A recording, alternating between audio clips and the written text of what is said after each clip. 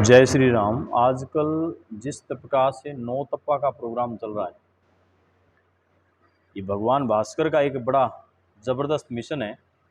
अर्थात सूर्य भगवान की पूरी तपिश इन दिनों हम झेल रहे हैं और तपिश के ये 9 दिन जो 25 से लेकर के 4 तारीख तक लगभग चलेंगे, इन 9 दिनों के अंदर विशेष रूप से सूर्य का प्रभाव ज़्यादा देखने को मिलता है, जिससे समस्त जीव जगत में गर्मी व्याप्त हो जाती है।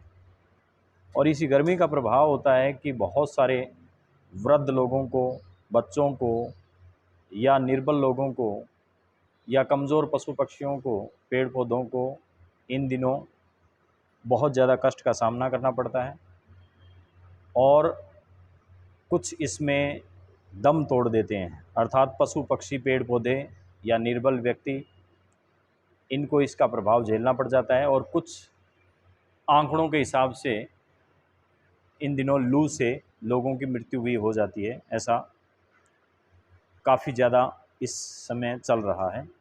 इसका समाधान क्या है? तो पहली बात तो धूप में डायरेक्ट बाहर नंगे बदन निकलने का जो विचार है उसको त्याग दें कि सिर पर या तो आपके पूरा कपड़ा ढका हुआ हो, बदन पूरा ढका हुआ हो, तो सूर्य का प्रभाव सीधा नहीं पड़ता है। दूसरी बात कि पेट फुल भरा हुआ होना चाहिए, खाली पेट बाहर ना निकलें। चाहे वो जल भर करके निकलें, चाहे वो फल भर करके निकलें, चाहे वो जूस भर करके निकलें, चाहे वो दूध लें, चाहे छाछ लें, चाहे मट्ठा लें, चाहे रोटी खाएं, किसी भी तरीके से पेट को फुल रखें। यथासंभव पेट रोटी आदि से ही भरा हुआ होना चाहिए, जिससे कि अधिक देर तक आप जल की समस्या से निजात पा लेते हैं।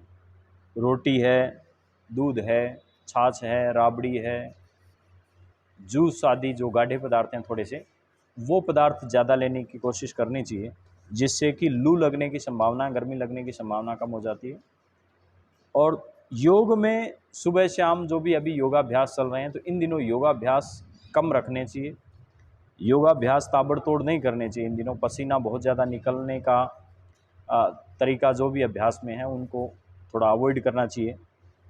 खड़े होकर के ज़्यादा अभ्यास ना करें, बैठ कर के अभ्यास ज़्यादा करें, प्राणायाम पर फोकस ज़्यादा करें। और आवश्यकता पड़ने पर यदि शरीर ज़्यादा गर्म हो रहा हो तो शीतकारी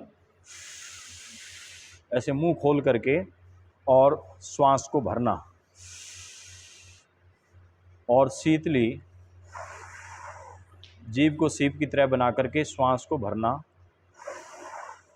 ये इस प्रक्रिया को कम से कम 2, 4, 5 मिनट करने से आपके शरीर का टेम्परेचर कम रहता है, क्योंकि हवा जो है वो मुंह से ठंडी होकर के आपके भीतर जाती है, जिससे कि आप शरीर के टेम्परेचर को मेंटेन करते हैं। लेकिन ऐसा करते समय भी आपके पास में थोड़ा जल होना चाहिए, जिससे कि मुंह ज़्यादा सूखा ना हो। अन्यथा शीतली और शीतकारी प्राणायाम भी नहीं कर पाते हैं आप, क्योंकि होंठ सूखने लगते हैं, जीभ सूखने लगती है। तो इसमें बीच बीच में आप घूंट घूंट पानी पी करके मुंह को तर रखें और फिर इस प्रकार से श्वास को लेकर के और गर्मी से बच सकते हैं। इसके अलावा यदि आवश्यकता पड़ती है तो ऐसी स्थिति में डिहाइड्रेशन अगर होता है या फिर आपको लूज मोशन आदि हो जाते हैं, वॉमिटिंग आदि हो जाती है, या तो ज्वर आ रहा है, तो ऐसी स्थिति में चीनी, नमक, नींबू, पुदीना आदि का घोल बना करके बार बार लें, या ओआरएस का घोल लें, या ग्लूकोज आदि पास में रखें। पानी की बोतल जब भी बाहर ले जाएं तो उसमें 5-4 चम्मच ग्लूकोज या ओआरएस का घोल डाल करके उस बोतल को लें। सीधा सादा पानी का प्रयोग जो है कम रखें, क्योंकि इन दिनों नमक बहुत ज़्यादा शरीर से बाहर निकलने लगता है, पसीने के रूप में पसीना भी बाहर निकलता है और नमक आदि भी निकलने लगता है। तो इससे हमारे मिनरल्स का असंतुलन पैदा होने लगता है, जिससे ब्लड प्रेशर लो, बेहोशी, सुस्ती ऐसे जो लक्षण देखने को मिलते हैं। तो इन चीज़ों का बचाव करें और निरंतर सुबह शाम प्राणायाम, योग, ध्यान आदि करते रहें। आसन आदि इन दिनों थोड़े से कम रखें। स्नान दिन में 2 से 3 बार आप कर सकते हैं। बिल्कुल थोड़े से जल से ही स्नान करें चाहे, लेकिन 2 बार या 3 बार जल से स्नान करके भी आप शरीर को ठीक रख सकते हैं। अधिक पैरों में जलन आदि होती है तो ऐसी स्थिति में आप पैरों को किसी बड़े बर्तन में पानी भर करके उसके अंदर आप पैरों को रख करके बैठे रहें, जिससे पैरों के पगथड़ी के माध्यम से जो पगथड़ियों में जलन है या शरीर में जो जलन है या गर्मी जो अगर कोई प्रभाव पड़ता है तो वो कम हो जाता है। जय श्री राम, नमस्ते।